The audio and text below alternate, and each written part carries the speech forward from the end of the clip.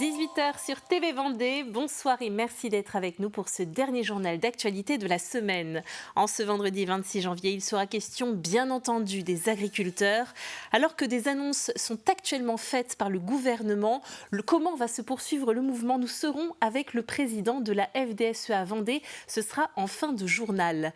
Les marins-pêcheurs aussi sont mobilisés. Sur l'île Dieu, ils ont mené une action symbolique contre l'interdiction de pêcher dans le golfe de Gascogne qui les contraint à rester à quai jusqu'au 20 février. Et puis un autre bateau privé de mer pour l'heure, l'IMOCA La Micaline d'Arnaud Boissière. Il a rejoint son chantier d'hiver au Sable d'Olonne pour se préparer en vue du Vendée Globe. Mais on ouvre ce journal évidemment avec la colère du monde agricole. Alors que le Premier ministre Gabriel Attal se trouve dans une exploitation de Haute-Garonne pour annoncer en ce moment même de nouvelles mesures, les agriculteurs vendéens n'ont pas relâché la pression ce vendredi. À Fontenay-le-Comte, vous le voyez sur ces images, ils ont défilé à 16h30 en centre-ville à bord de leur tracteur. Une action similaire a été faite il y a 2 jours. Un groupe d'élus du Sud Vendée était présent pour les soutenir. En parallèle, les opérations de péage gratuit et de barrages filtrants se sont poursuivies, notamment aux herbiers où des contrôles de chargement de camions sont effectués. Selon la FDSEA Vendée, plus de 200 agriculteurs sont réunis actuellement au péage des Essarts pour suivre les annonces gouvernementales. Des enceintes ont été installées. L'allocution est encore en cours. Il est trop tôt pour savoir si ces mesures seront bien accueillies et si le mouvement va se poursuivre. Nous retrouverons notre journaliste Alix Lanos en fin de journal. Elle sera en compagnie du président de la FDSEA Vendée. Et puis à noter cette action originale de la coordination rurale de Vendée.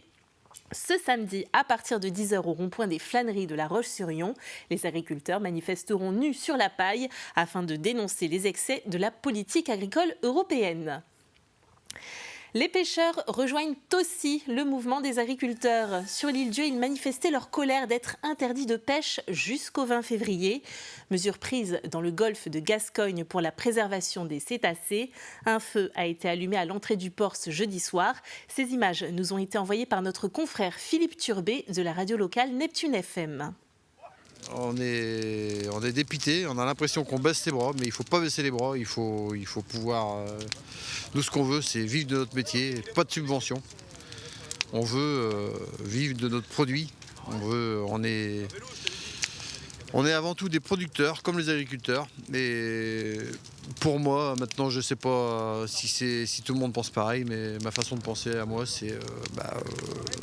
on fait partie de la souveraineté alimentaire, donc allons-y, associons-nous avec les agriculteurs et mettons le paquet, parce que qu'est-ce qu'on va manger demain en France ? À La Roche-sur-Yon, le premier directeur départemental de la police nationale, Lionel Vanson, a été officiellement installé hier. Il est arrivé en août dernier comme directeur départemental de la sécurité publique de la Vendée. Avec la réforme de la police, il devient donc DDPN. En d'autres termes, c'est le grand chef des policiers de Vendée. 236 effectifs sont sous ses ordres dans le département. L'idée de la réforme, elle est multiple, mais elle est essentiellement de mieux coordonner l'ensemble des services de police. Ça va permettre, sur certains dossiers, de pouvoir mieux faire travailler ensemble la police aux frontières, la police judiciaire, la sécurité publique. Donc voilà, l'idée est de mieux travailler ensemble, d'être en meilleure coordination et normalement pour plus d'efficacité pour nos concitoyens. Et si vous deveniez conducteur en ligne en industrie agroalimentaire ? À Saint-Jean-de-Mont, la Micaline a confié à Partagéo, un groupement d'employeurs, la recherche de nouveaux candidats recrutés en CDI avec un contrat de professionnalisation. 10 mois de formation sont prévus, aucun prérequis n'est demandé. Les recrutements se font jusqu'à début mars. C'est un métier passionnant. En fait, on est sur des lignes de fabrication des produits. Donc là, pour la Micaline, donc c'est de la pâtisserie, de la boulangerie.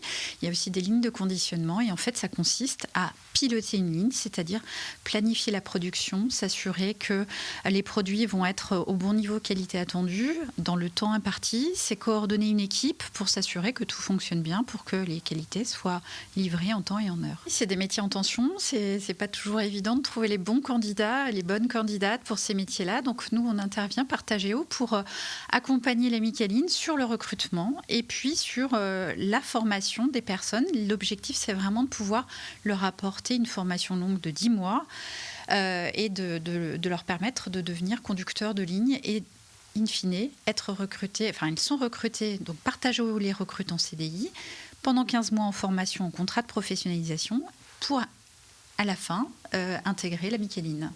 On continue de parler de la Micaline, mais côté mer. Depuis le 21 décembre, l'IMOCA skippé par Arnaud Boissière a rejoint son chantier au Sables d'Olonne. 3 mois de travaux pour une remise à l'eau fin mars, début avril.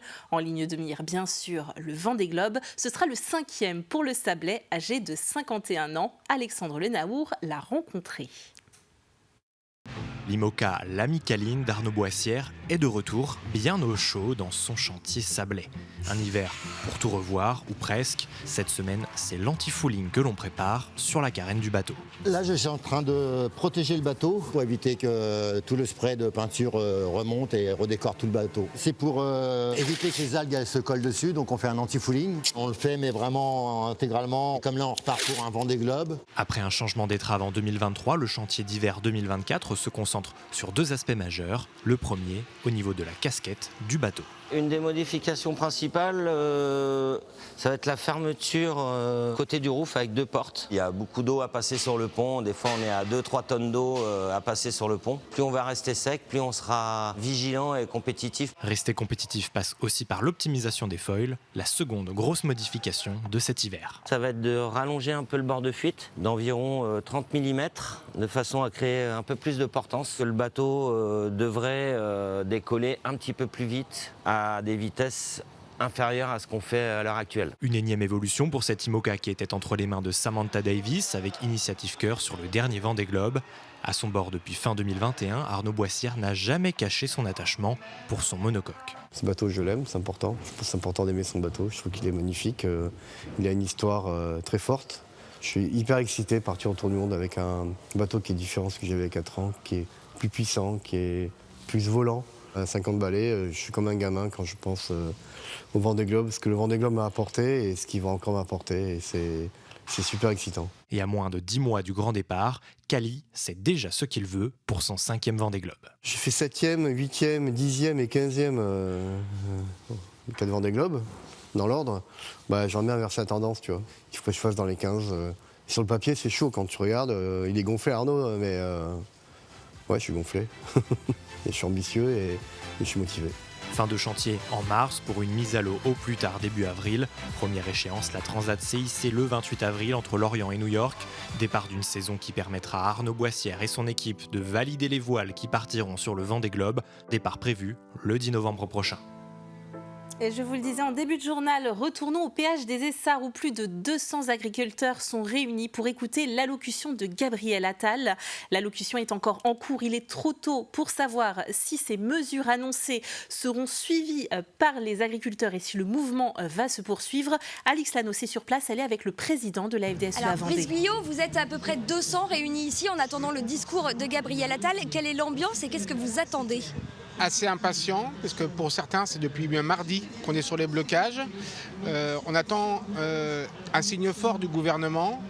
Aujourd'hui, c'est un choix stratégique qu'il doit avoir, c'est savoir s'il a écouté le message de l'ensemble des agriculteurs de France, de la FDSEA, des JA, avec des propositions concrètes pour la simplification, pour du revenu, pour la dignité de notre métier.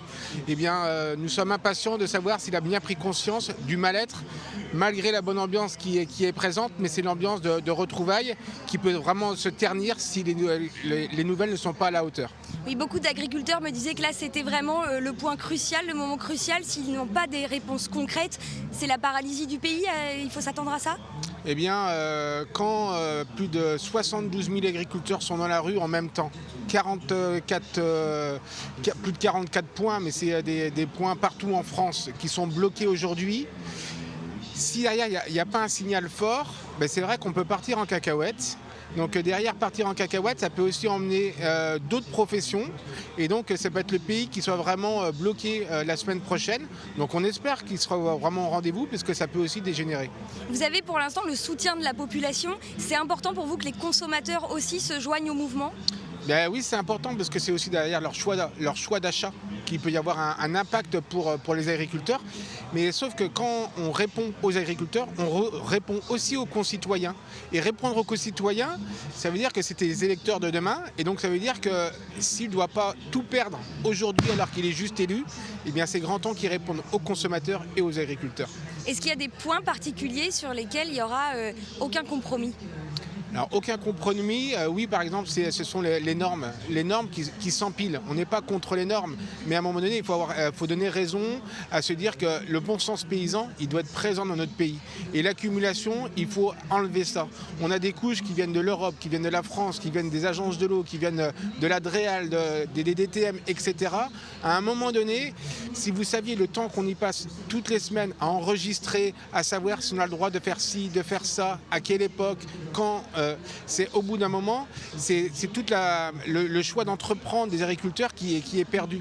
Et ça, c'est un sens très important à la réponse pour les agriculteurs, c'est de se dire dignité du métier, enlever des règles et derrière aussi un revenu, et derrière des cas concrets, c'est derrière Egalim qu'il s'applique tel qu'il le faut, jusqu'au bout, avec une matière première agricole qui soit avec des coûts de production reconnus et qui derrière qui s'applique pour toute la restauration à domicile et les GMS. Bruno Le Maire a annoncé des sanctions à l'encontre des industriels qui n'appliquent pas la loi Egalim. Est-ce que c'est déjà une première réponse ? C'est une première réponse, mais c'est grand temps de s'affoler, monsieur le maire, parce que derrière, depuis le temps qu'on vous le demande, et c'est pas à la fin des négociations qu'on le dit. Ça serait bien en amont qu'il aurait fallu le faire pour que derrière, les négociations se passent beaucoup plus facilement. Donc, je ne veux pas dire que c'est une mesurette, parce que derrière, 100 personnes qui vont contrôler, savoir si ça se passe bien, ben c'est déjà un premier pas, mais on aurait dû le faire depuis longtemps. Très bien, donc vous l'avez entendu, en attendant les annonces de Gabriel Attal, eh bien, la colère peut potentiellement continuer de monter et c'est la paralysie du pays qui pourrait s'installer dès ce week-end. Un dossier que nous continuerons bien évidemment de suivre. C'est la fin de cette édition. Passez un bon week-end.